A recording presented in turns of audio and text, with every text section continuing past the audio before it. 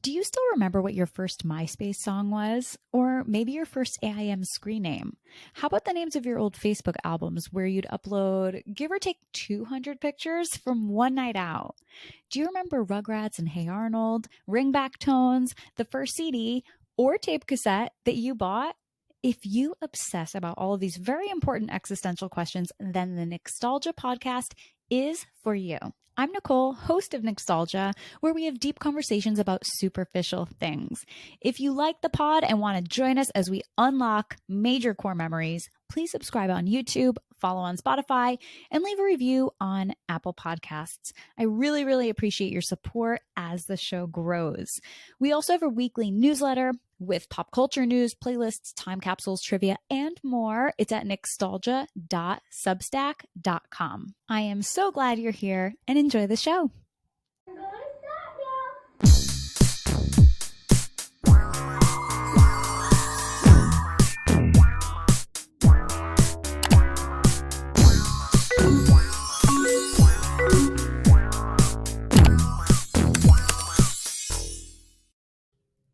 Hello and welcome to this week's episode of Nostalgia.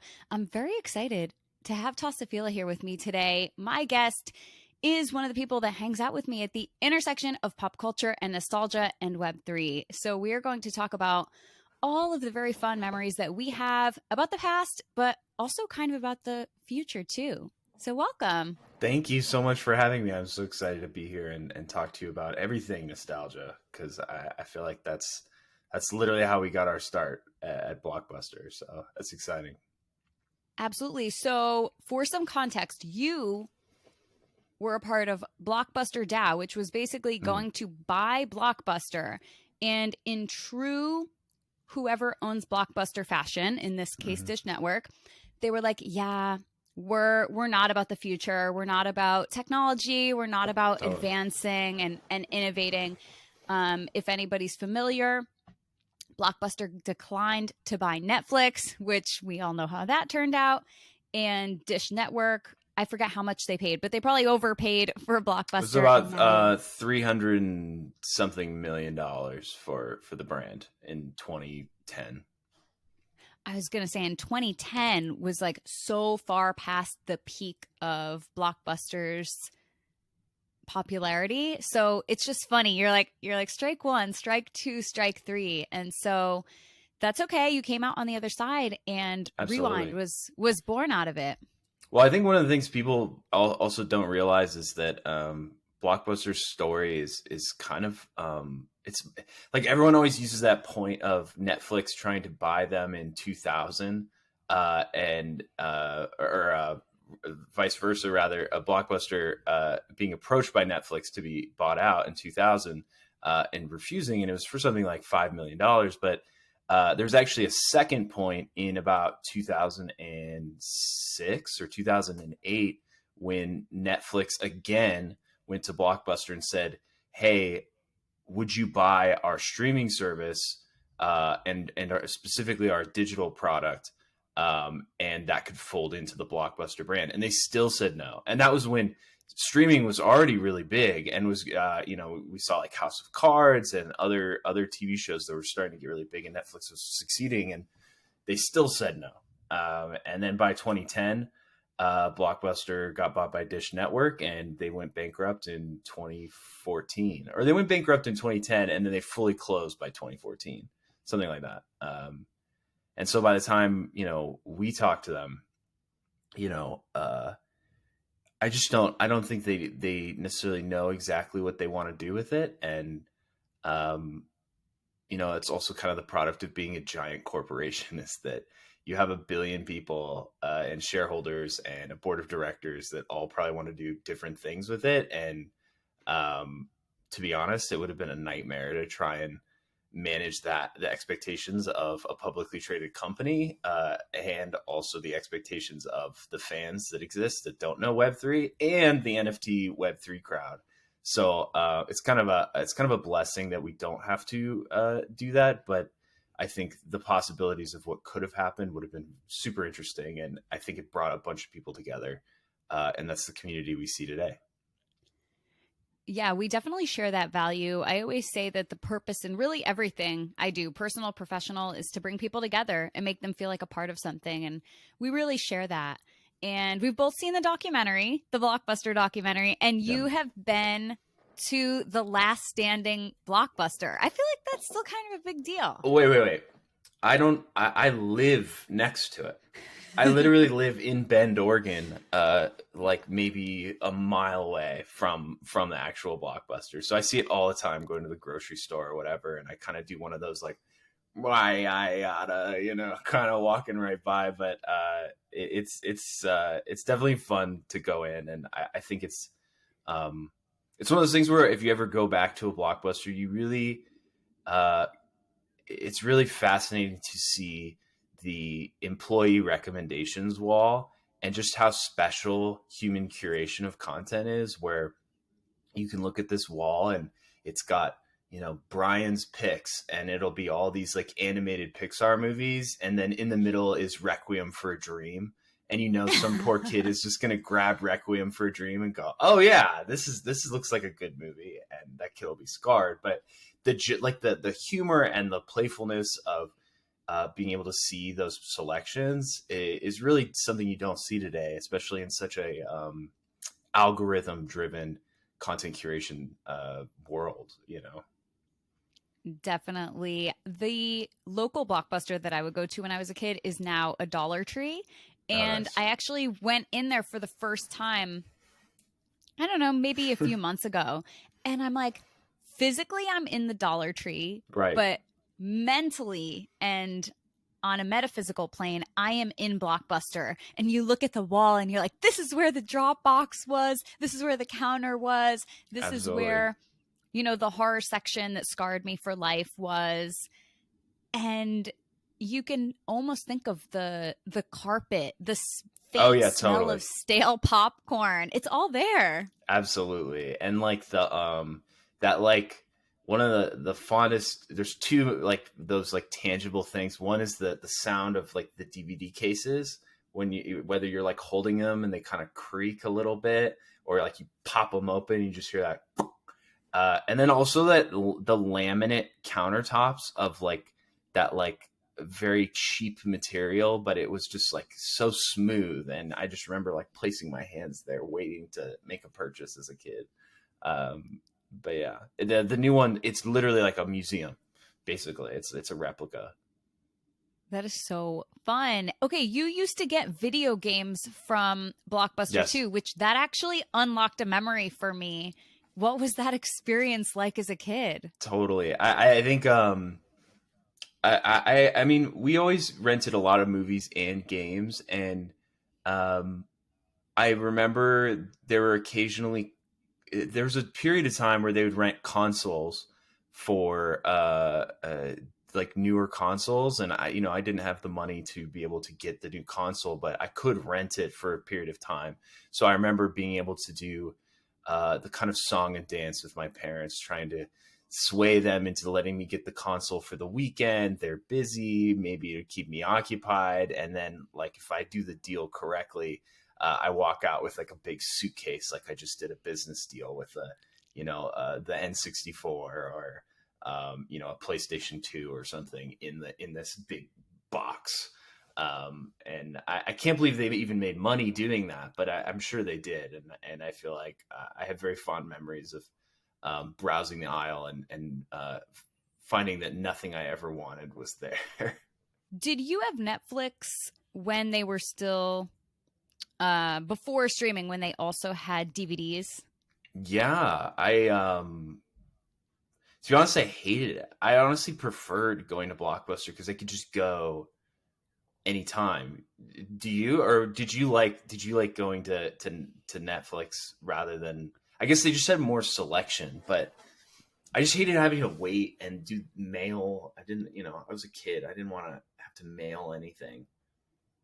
Yeah, this was the time before Amazon Prime prepped us to all expect Right. things Yes. and delivered very promptly. When this was 2011, 2012, when you had a Netflix disc and you would have to select your choice and then actually wait for it to come to you in the mail. I remember that I was in college and I worked at the gym, and my job was just to sit at the front desk, check people in. I would do my homework, and I would also watch Netflix DVDs. And so I would spend my time during my shift picking out which movies I wanted to get. And then my next shift, I would actually watch them.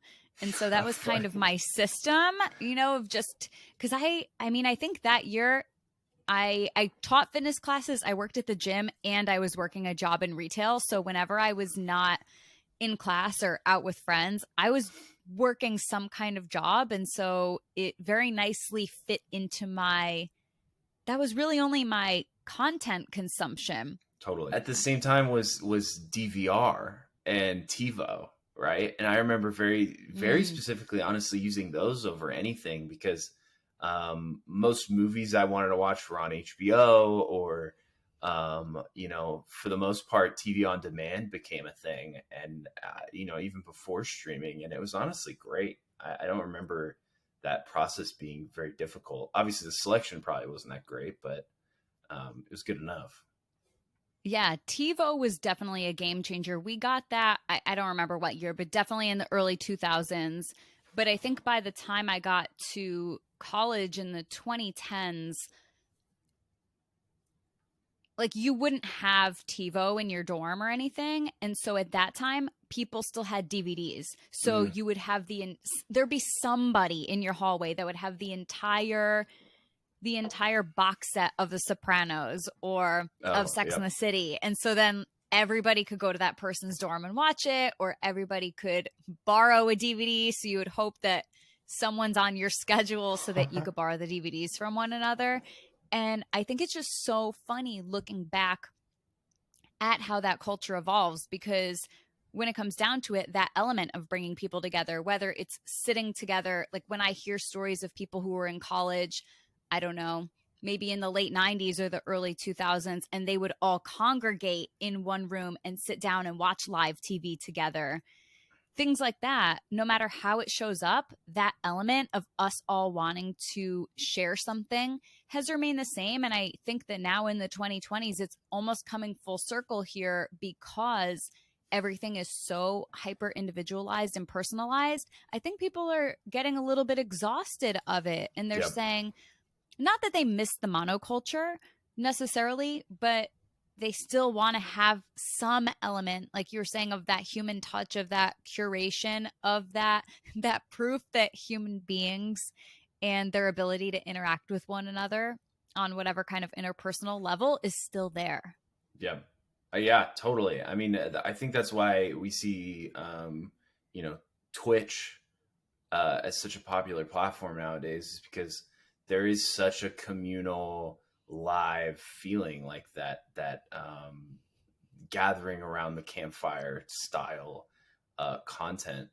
And I think it's changed content too as well, because a lot of the content during live TV, before TV on demand, and when you had to like record content via VHS, a lot of the content was just very like syndicated sitcoms or dramas that were just very episodic, and there wasn't like The Sopranos was so innovative, and I think it was so brilliant because there's such access to be able to watch via DVD or TV on demand later, and that style of TV show is so popular now. And I think that's a large part due to being able to watch it whenever, like a film.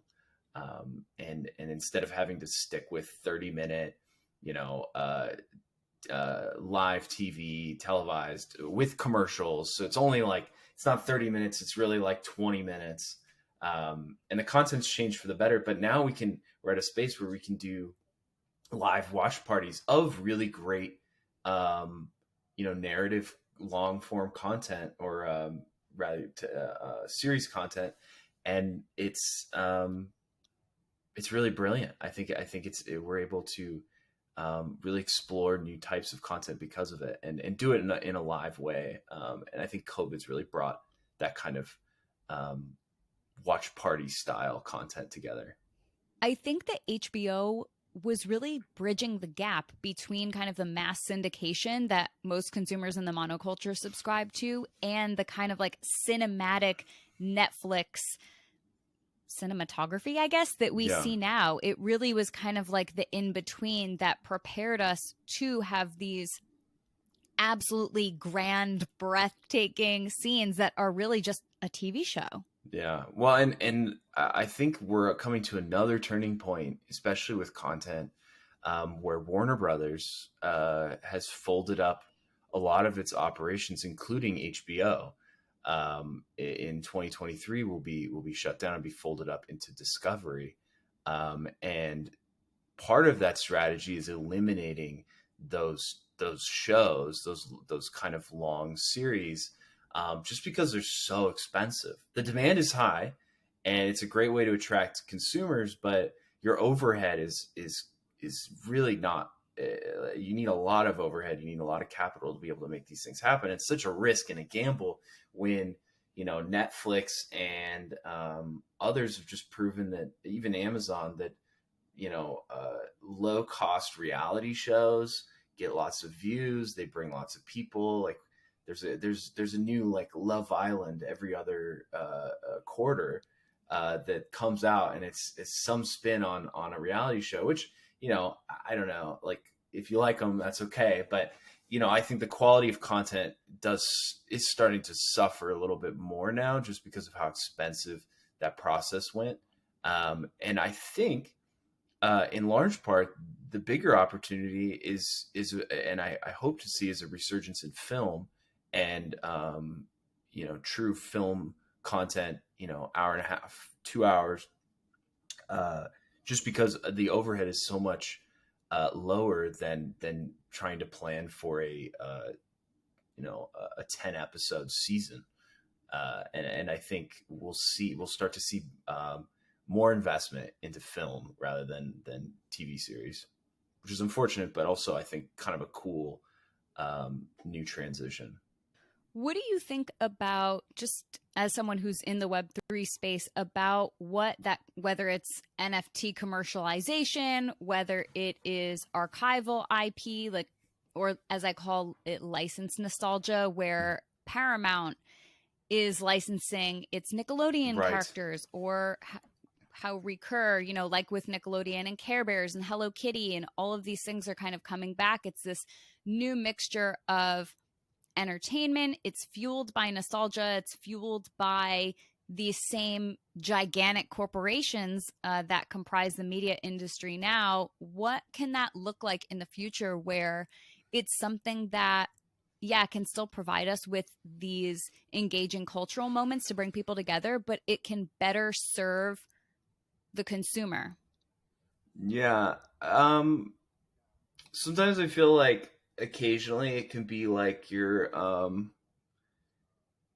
don't know. Sometimes the nostalgia plays can feel a bit like you're forcing things down people's throats. And, like the Nickelodeon one specifically is something that I'm not entirely sure I even understand why it was necessary, other than like to kind of, is it even better than the Pepsi mic drop NFT? Like how different is this, other than just kind of leveraging your brand to try and make a quick buck? But that said, I think there are some other cool plays going on that maybe not necessarily in Web3, but I think one of the more interesting ones I saw recently is Warner Brothers investing in they created and launched a Super Smash Brothers style video game, free to play video game for all of the characters from their different IPs. So it's like Bugs Bunny and Batman and the Iron Giant and like all of these characters, Scooby Doo, and they've turned it into this kind of just iterative video game. But it's got a lot of success right now, and a lot of people enjoy it because it feels purposeful, or it feels interesting, and it feels like they kind of recreated something that people like or enjoy in a way that's new and exciting, new characters. You get to play around in this IP in kind of an interesting way. I think that was a success of nostalgia, and leveraging nostalgia in a way that doesn't feel exploitative. In terms of, one of the brands I'm sure you want to talk about is Radio Shack. I think that's an example of kind of half-assed exploitative nostalgia plays where, Ty Lopez owns a SPAC that bought numerous different old brands, and that's the whole purpose of their special acquisitions company. And they bought, I think, Circuit City or something like that, as well as Radio Shack. And I remember when Radio Shack came out with their new launch, they even said, we're launching a token swap app, which, we obviously have hundreds of those in the space that it's not a new or interesting idea. And they even said on their website, it just seemed like the easiest place to start. So why not here? And we'll see what happens. And now we see their Twitter kind of trying to do the Wendy's sarcastic asshole type vibe, and they're trying to gain clout that way. And I think I just see a lot of iterations of other brands and how they've dealt with IP or dealt with like innovation and reusing old IP, and it just seems like the worst picks from that. And I think in that sense, it feels exploitative. It just feels like you're just like leveraging this IP to increase your reach. And, even if you go on Radio Shack now, it's kind of also an e-commerce site too. So you can buy just like junk tech equipment, and it's just confusing. Right. And I think without a purpose, it just doesn't feel right. And I think when we did Blockbuster DAO, rest in peace. I think what we really wanted was something very specific, and people really were attracted to that idea because it wasn't just about buying the brand, but it was about reinvigorating what it means to be a filmmaker or a studio in the modern era, in the Web3 era, and being able to really turn what is probably one of the strongest corporate hierarchies and most like centralized corporate hierarchies in any industry, which is the film industry, and turning it into a completely flat structure and turning it into something where I think I even used the words, everyone is the studio executive. And I think that like that feeling and that intrinsic value is really important to people. And I think you can't just rely on the extrinsic money-making value for people like Nickelodeon's NFT, where it's like, hey, this is just a PFP project, but it could be really big because of the name. Or, Pepsi mic drop. I hate using it, but like they just made a PFP for the Super Bowl, and like we're like, well, we're Pepsi. So I think it's still held its floor too, which is like literally insane because it does nothing. It's literally the most worthless collection, but I don't know, just because of the brand, it's sustaining value, which is kind of an interesting aspect, but it's all extrinsic. And I think if you can really invigorate an old IP and add intrinsic value to it, where it really means something to people, I think that's when you have the success, if you can combine both. Yeah, I 100% agree with that. And seeing this kind of exploitation, especially in the NFT space, it's a little bit discouraging, I think, because I truly believe that pop culture is going to be what moves the needle toward mass adoption in Web3. But the mainstream consumer, like, we're not even close to the early majority yet. And so when you already have a space that's filled with exploitation and hacks and things that generally make people uncomfortable, it's not that these things didn't exist in previous iterations of the internet. It's just that it's not making anybody look good. Yeah. And it is tricky when you see kind of, I wouldn't call Radio Shack beloved by any means, but when you see something, so anyone who's listening who doesn't know, Radio Shack came back, they were on Twitter, they were tweeting like sexually explicit things and things that were just generally in bad taste. And it was for shock value, and it was because you're not expecting Radio Shack to be leading those kinds of conversations. Yeah. But to an extent, I wouldn't say from a monetary standpoint it worked, but just from a sheer attention value, it worked. And I think that in our creator economy and in the content space at this moment, attention does matter to an extent. And so I definitely do agree where it's so easy to come out and say, well, this is just our name. And so whatever we do, people will come. And I think that that's the problem. I think that that's us replicating the same issues that we had in Web 2 in Web 3. It's influencer culture. It's, oh, this celebrity came out with a project, so it's going to succeed. Right. And we've seen a few different celebrity-backed projects that have kind of fallen flat on their faces, or certain celebrities shilling projects that they really have absolutely no understanding of, or even really genuine enthusiasm for the space. And consumers are, it's funny, I talked about this in a past episode with Perry and Sophia about modern social media marketing and media literacy, where we like to think that if we know better, we do better. But as we can see with people giving their attention to these brands that really just are not, I don't know, very reputable, or like giving the industry a good name. I can't necessarily say that if we know better, we do better. But something that I love to explore at this intersection of pop culture and nostalgia and Web3 is not only how audiences, fandoms, communities are going to be able to evolve with this next iteration of the internet, but also why. Like how you were saying, like, okay, we understand how things can change in the music industry with concert ticketing, with so many different opportunities to provide ownership and flatten that hierarchy and that structure and give more power to consumers. But at the same time, it's funny, as you're mentioning, with a corporation like Blockbuster, where it's such a hierarchy, those decentralization and hierarchy are at odds with one another. And so it's going to be a little bit of a rough transition at times, and there are going to be growing pains in figuring out, okay, how can brands make the jump or have some kind of a more seamless integration? And I think it's because brands haven't explored what that value for their consumers is actually going to look like, that utility, because in a lot of, I mean, in this, obviously it was different in a bull market, but when so many PFP projects came out and there was no intrinsic value there and no tangible utility for holders, to people who are already in Web3, there's certainly not going to be any kind of value to people who are not already in the space, because those expectations are already there of this kind of like FOMO aspect, and you feel like I have to be there, but you're like, but wait, for what? Like what be where for what?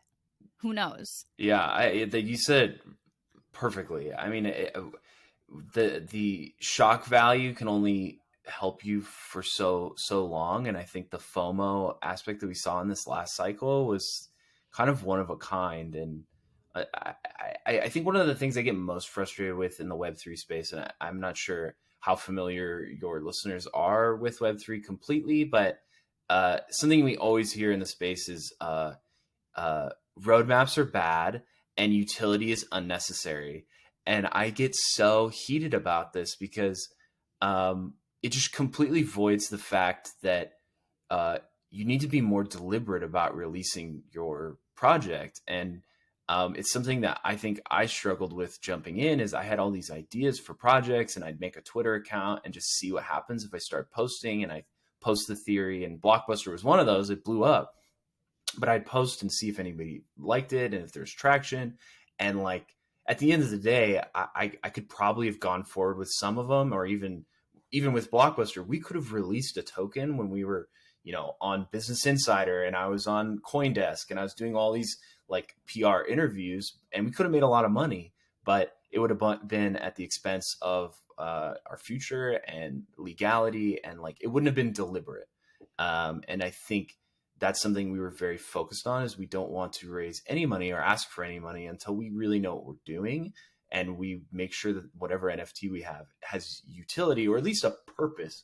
Like, I don't know, you could even say your utility is just that, like, it's a private community, or that you are, you get to have weekly calls with the founders or something. I mean, it doesn't have to be much, but there has to be some purpose, or else then it's just a speculative asset. That's what you're selling. And if you don't have a roadmap, even if it's just a light one, you don't have to say, um, and just for context, the no roadmap thing, uh, a lot of people don't like it because everyone always promises like these big lofty goals on the roadmap, and nobody ever achieves them, obviously. But it helps sell the collection, and I think that's like, it's like missing the point. Is it's because the roadmap sucks. It's not because there is a roadmap, or like we don't have to be averse to planning and structure. Like, let's just focus, like stop investing in crap. That's the secret.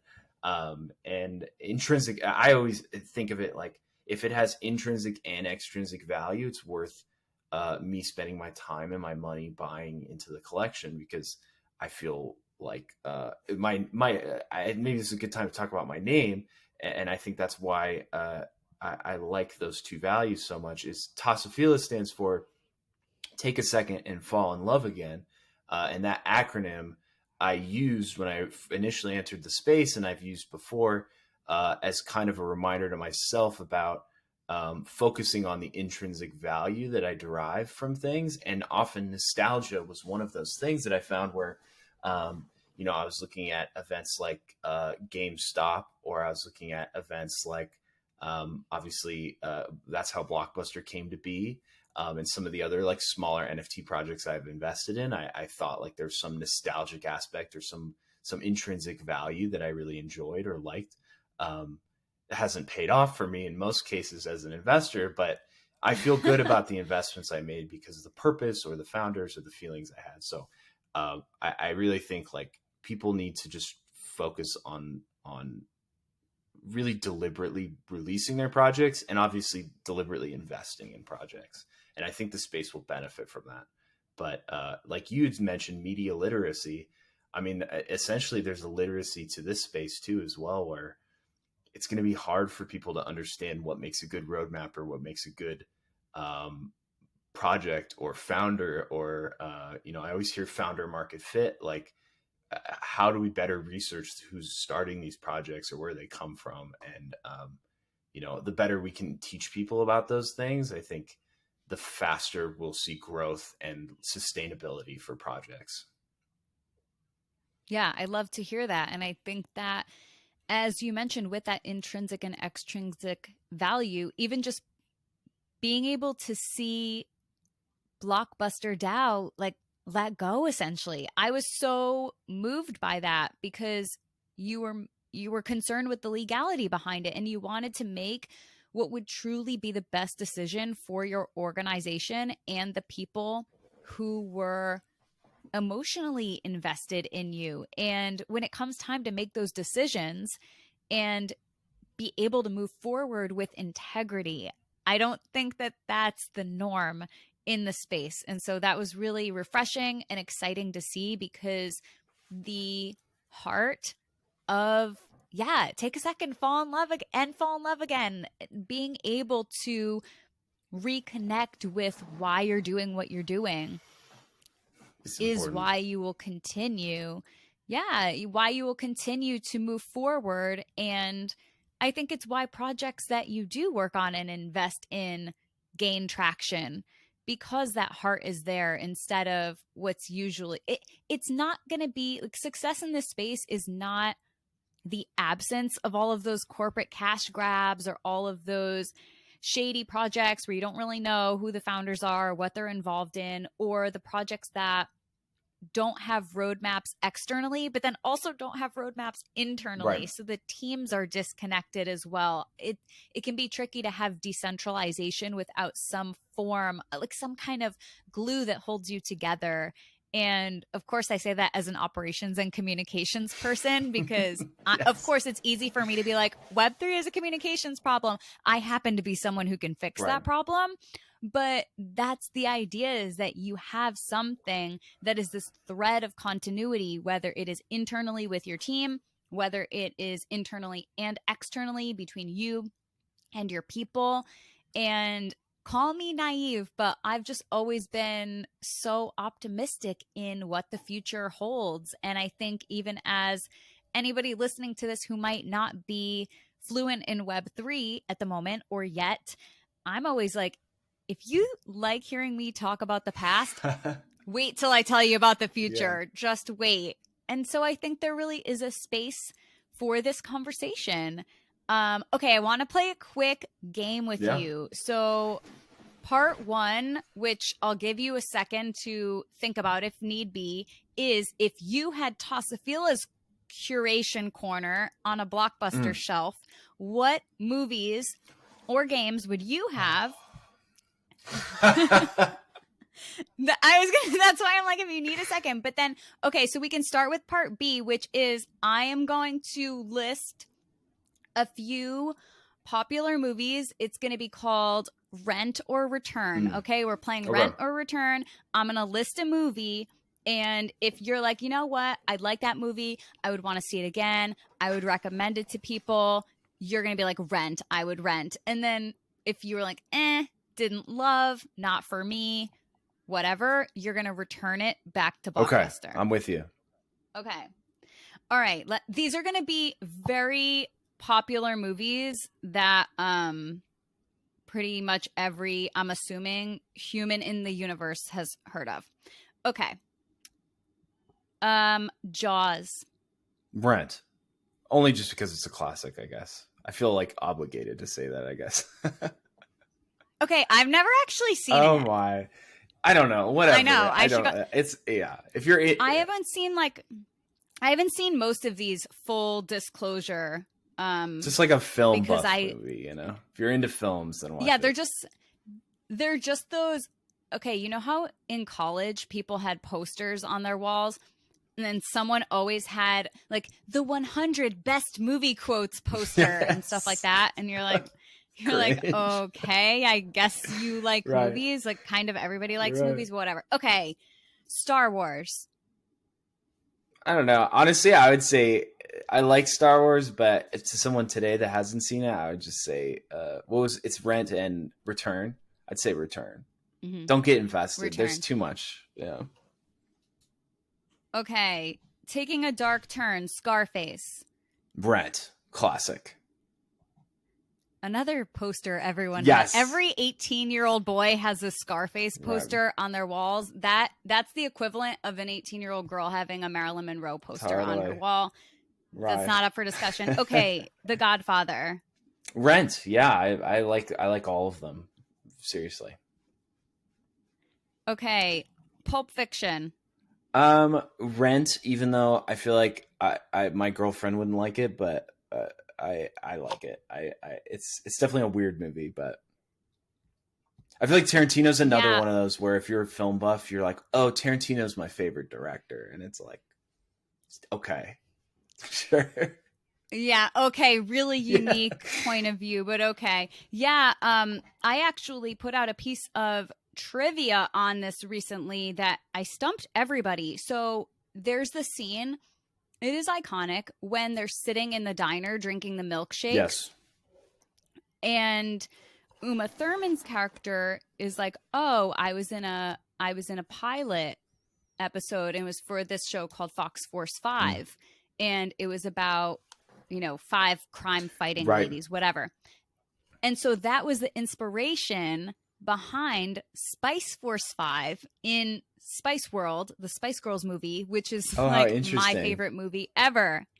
And I did a little poll. It was like, okay, what is Spice Force 5 inspired by? Pulp Fiction, Charlie's Angels, and I gave one other option that was or Wonder Woman or something like that. And nobody guessed Pulp Fiction, but also I think that in the Venn diagram of people who have seen Spice World and people who have seen Pulp Fiction, I am the tiny sliver in the middle. So I thought was an allusion to what Tarantino would make later, which is Kill Bill, which is kind of a similar plot to that too as well. Yeah. I went through a Tarantino phase very briefly. I don't think I have the heart for it now, but I was a little bit younger, and I don't know, I guess I was just going through stuff, and that was what I needed at the time. Okay, Titanic. Rent. Yeah, I like the Titanic. It's long, but movies should not be 3 hours anymore. But No. And then the other one, Avatar. Rent. It's like Dances with Wolves on steroids. So I feel like I'd recommend Avatar over Dances with Wolves, but it's basically the same thing. Have you ever seen a movie that you have truly hated is a little strong, but like you were just like never again, or that you had to stop watching? Would you ever stop? People get very invested and they won't stop watching, even if it's sunk cost bias. Even if they think it's the worst movie ever, they'll still finish it.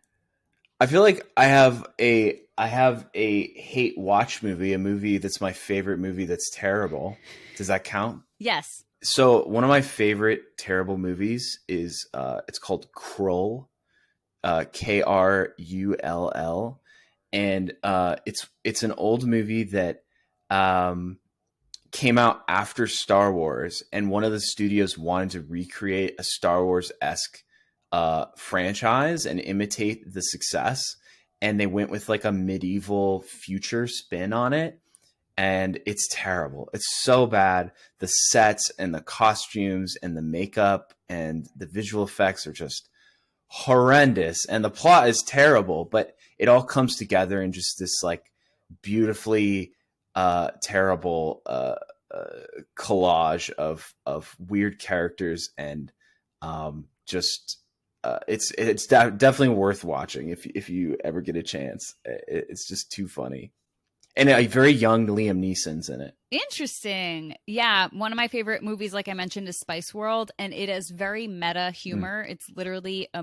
movie about the Spice Girls making a movie about the Spice Girls. Oh, and interesting. It has all these celebrity cameos.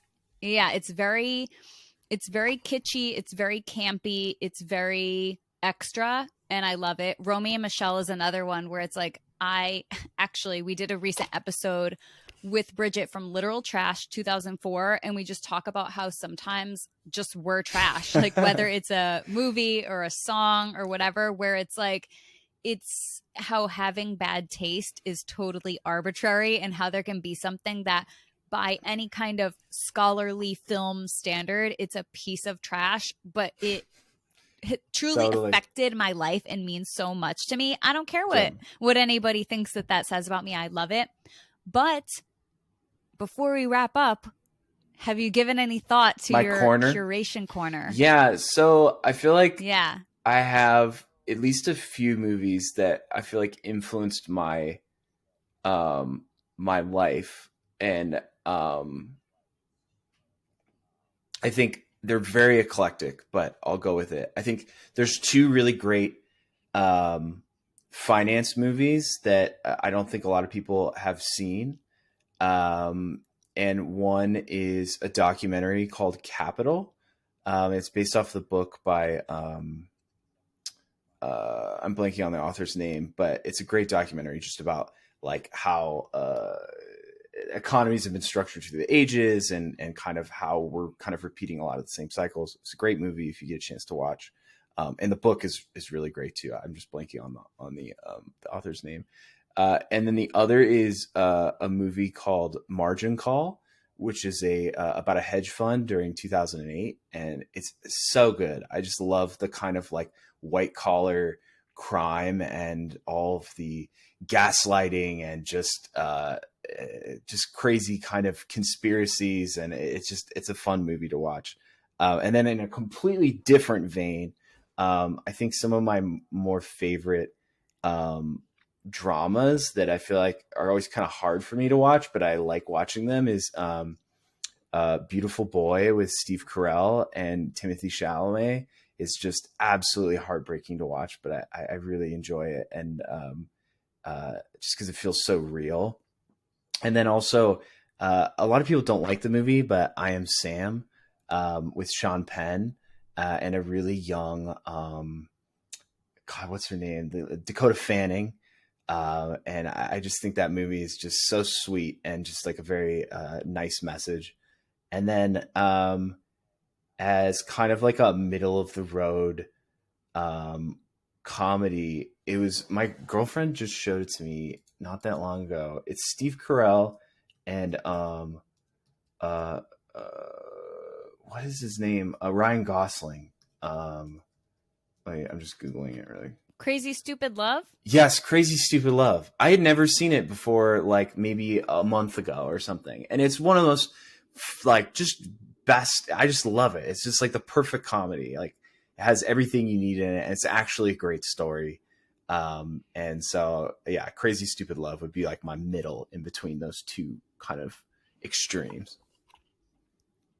That's amazing. And I can't get over your microphone on your Oh, thank you. plant. If you are watching on YouTube, you can see it. But if you're listening, Tostafield is holding A potted plant. a potted plant, and there is a mini mic attached to the leaves.